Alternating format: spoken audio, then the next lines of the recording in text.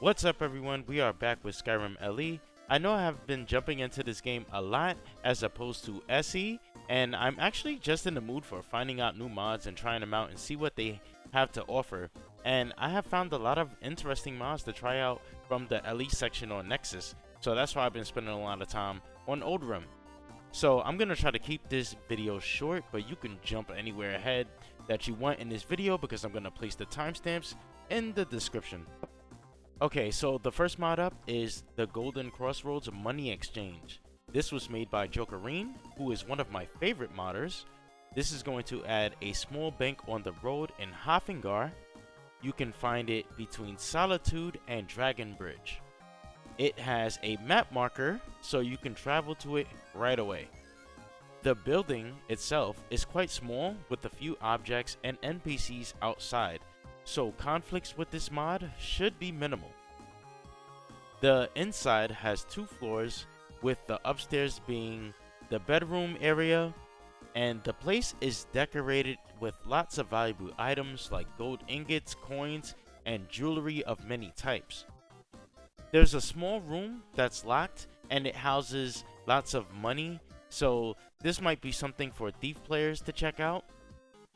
And there's a kid inside, and there wasn't any RS Children patches for this, and this kid looked like he already had a RS Children face, so it was kind of cool to see a child NPC with a standalone face without needing any patches. There's also another guard inside with some basic dialogue, and the woman behind the counter will be a vendor, and she will sell you jewelry and ingots, as well as buy them from you. So she will also buy banknotes, which you can find on enemies, but the chances of finding them are really low, as they are like in only one of the leveled lists and only have a 10% chance. So this place has its own set of guards who will sandbox around the area. There is 2 outside and 1 on the inside. So overall, I think that this is a great mod. It's made by Jokerine, so of course it's going to be good. I think you should try this mod out. Next up is an armor that lets you play as Frylock from the Aqua Teen Hunger Force.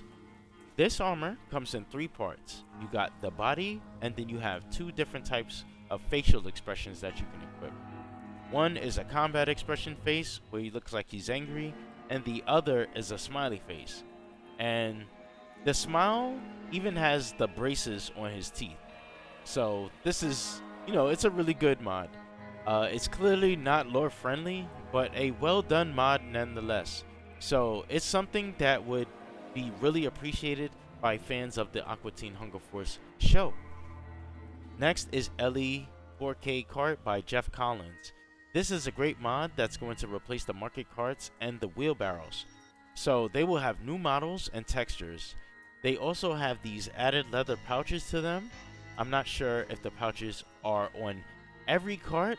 If it is, that might bother me a bit, but I really do like the look of these models. It has nice textures on the wood and the metal, and they come with roofs attached to them. So this doesn't have an ESP file, so it's very safe. You can add and remove mid playthrough. I will say though, run it through Ordinator, as this mod is very heavy, especially for it just being a cart replacer. Next is ClefJ's Morthal, which is backported by Turtle God King, and I know I already reviewed this mod for special edition, but not everybody plays that game. And also, I like to share my experiences with you on these mods, especially when they're backports, because sometimes they can come with problems.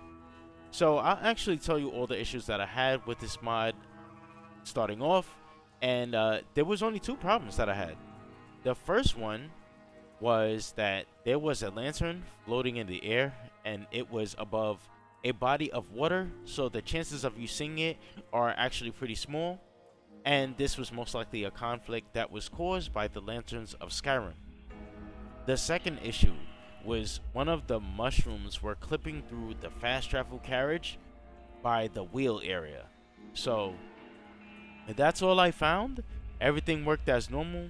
You may have some conflicts with mods that change interior lighting, like enhanced lights and effects, but I have this mod in my special edition build, and I love it.